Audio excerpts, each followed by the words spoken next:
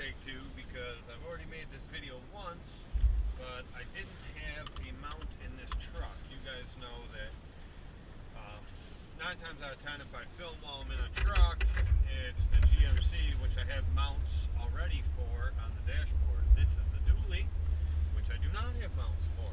So I hope this camera's pointing at me the right way. I don't really know. Anyway, I had a mount in here, and it was my quick. It was this one right here that just clips on. I clipped it on the cup holder there, and while I was going down the road, it was flip-flopping all over the damn place, and it would have been shaky as hell. So I'm hoping I got one of the sticky mounts, and I put it on the dash here, and I'm hoping this will be better. So anyway, I'm actually going to meet a buddy of mine for breakfast. Got to check the mail real quick. That's the check I was waiting for. Man, I'll tell you, I've worked all this year on reestablishing my credit because I was always raised where if you didn't have the money to pay for something in cash, you didn't need it bad enough. And if you do need it bad enough, you'll find a way to get the money. So, I've never done anything on payments. As you guys probably know from my other videos, I bought that new 2015 Skag this year, and I did it on payments. And what I did is I took all the money. I was just going to buy it outright. I took all the money I had for it, and I put that in an account, and that's the account they pull the payments out. So all the money to pay the mower write-offs are already there, but I decided to do it on payments so that I could build up some credit. I'm 37 years old, and I don't have bad credit, but I have no credit, which they claim is worse because they have nothing to go by. So now that my credit's been built up, I get 100 credit card offers a freaking day, and built up rapidly too, very, very quick, a lot faster than I thought it was gonna. But anyway, so the point of this video is going to be on mower preference. A lot of people have sent me emails, text messages, so on and so on, messages on my videos about what mowers do I prefer and why. Well, there's been a lot of people that have made videos on this.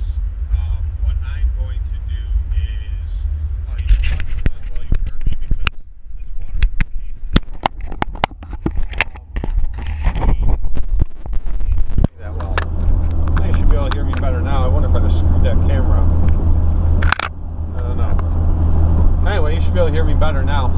Mower preference, that's what this video's on. A lot of people have made videos on that, and so I'm just going to give you my opinion since everyone keeps asking anyway. Okay, you guys have seen in some of my older videos, at the beginning of 2015, I sold my Great Dane Standard. I regret it highly. I don't regret the Skag Zero Turn I bought in its place. I love that mower. But standards. Here's the benefits. One, they're a hell of a lot funner to ride than a regular sit-down zero turn. If you're fighting for space on a trailer, they're a lot more compact, which leaves you a lot of extra room versus putting a walk behind or a zero turn on there or something bigger. Standards are compact. You get more room out of them. You're standing up, you can see straight down, you get a better point of view, so you don't run over stuff, run into stuff, things like that. And one of the main reasons I missed my Standard is because it was fast as hell. Fast as hell, that thing would. And it would mow grass evenly at a good height too, even going at that speed as long as your blades were sharp. So there's a lot of advantages to having those Standards. Another advantage is if you're mowing along and there's debris, sticks, whatever, you got to stop and pick up. I used to just stop the mower, hop off it, grab that stuff, continue on. Whereas being on the zero turn, it just seems like more of a chore to stop the mower, get up off the mower, and pick the stuff up. And I'm not lazy by any means. You guys have noticed that in my videos, but it just seems like more of a chore in a sit-down mower than just hopping off of a Standard. So those are some of the benefits of a Standard. The zero turn sit down, like my Skag and my X-Mark and my Husqvarna, those are nice, especially if you have bigger properties where you're on it just a lot more hours a day, a lot more time. It's nice to be able to just sit down and do those. And another good thing is that I like having that foot pedal there, so if I'm coming up on something, I can just step on that foot pedal real quick and lift the deck up a little bit, go over it, and then let the deck back down. If you're mowing through a lot of thick grass or taller grass, especially in springtime when it's growing rapidly, one of the good things is you mow the whole property and then you just press that foot pedal in all the way in, and it brings the deck all the way up and just locks it in place. And then you can go back over it with the deck up to fan the grass right out, so you don't have to bag, things like that, which makes it nice, which you can do with a stander.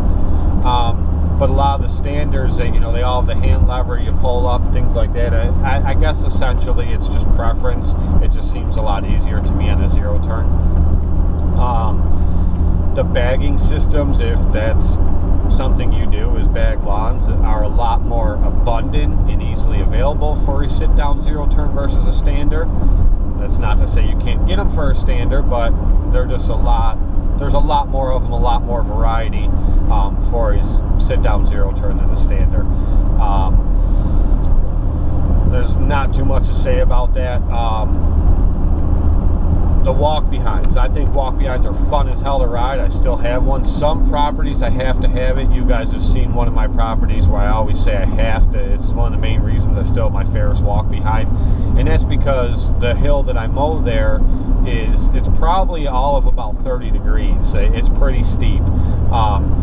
Stander and a zero turn are not going to hold that hill. I know some people argue and say mine does it all day long. Congratulations, I'm happy for you. It's just not chances that I take. I'm pretty risky, I'm pretty crazy, and I take some chances I probably shouldn't take. That's not one of them. It's just you slide too much. If you don't roll it or don't slide down the hill, just a little bit of sliding you do, you're tearing up people's grass, things like that. You're tearing up people's grass and things like that. It's not something I do. So the walk behind is best for it. I've tried a belt drive walk behind, which doesn't hold for crap either. You need the hydro. It just works so much better. I prefer a hydro walk behind just mainly for the reverse feature. You can back up with a belt drive walk behind, but you gotta like yank it back, you're muscling the thing around, whereas a hydro, you just squeeze the levers all the way and you back up. On walk behinds, if you just walk behind it, as far as like not having a Velky or sulky with it, some people do it. It's not for me. I started off doing that. I used to do it all the time, but come the heat of summer, you're gonna have chafage like crazy, mayonnaise acid. It's gonna suck. It's gonna suck. You're gonna sweat so damn much. So it's nice to have that Velky, that sulky to ride behind it. And I hope the sun's not coming through the back window and blinding this camera out, but more importantly is what I'm saying in this video, not looking at my ugly mug. So anyways, the walk behind, another good benefit of the walk behind is the deck sticks way out in the front, so you can tuck it up under trees, under fences, wooden fences that have like the wooden slats going across that have enough room in the bottom. You can tuck it under things, which cuts down on your trimming a great deal. Some standers you can tuck up a little bit because the deck sticks out in front again, but 9 times out of 10 on a stander, the deck's not going to stick out as far as the walk behind, so you can't tuck it under there as much.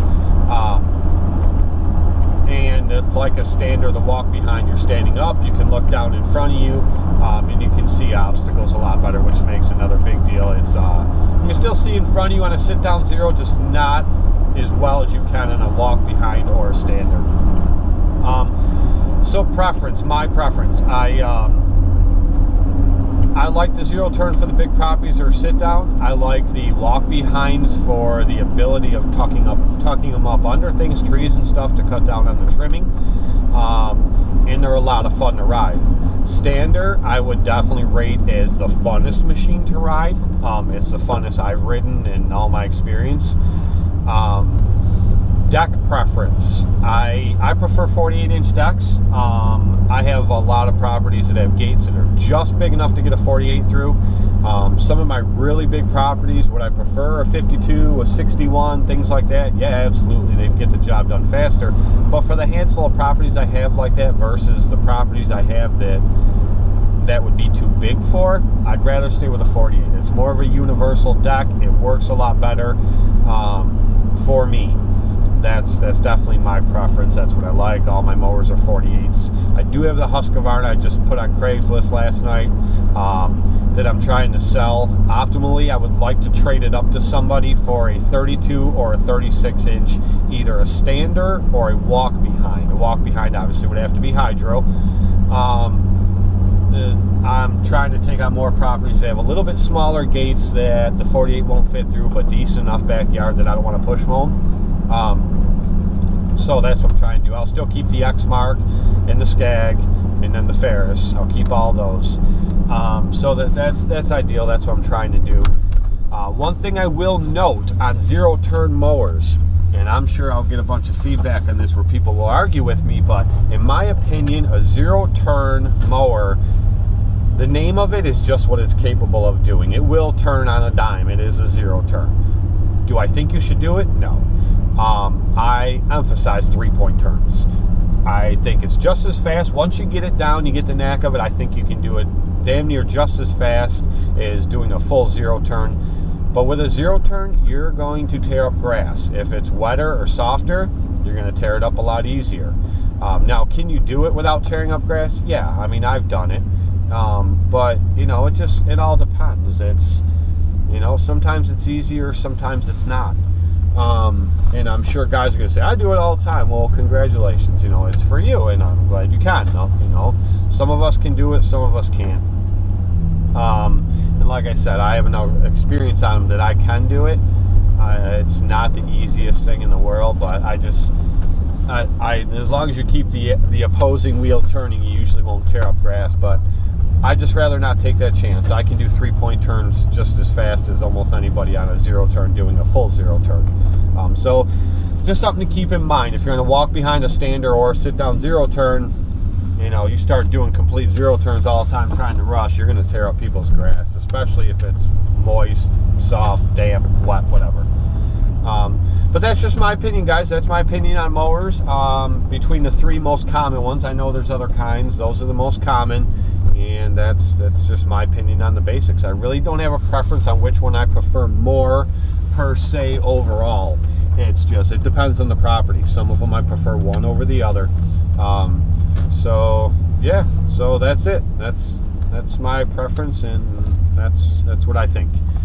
All right, guys. Well, that's it for the mower preference video. Stay tuned for more videos. I'm out.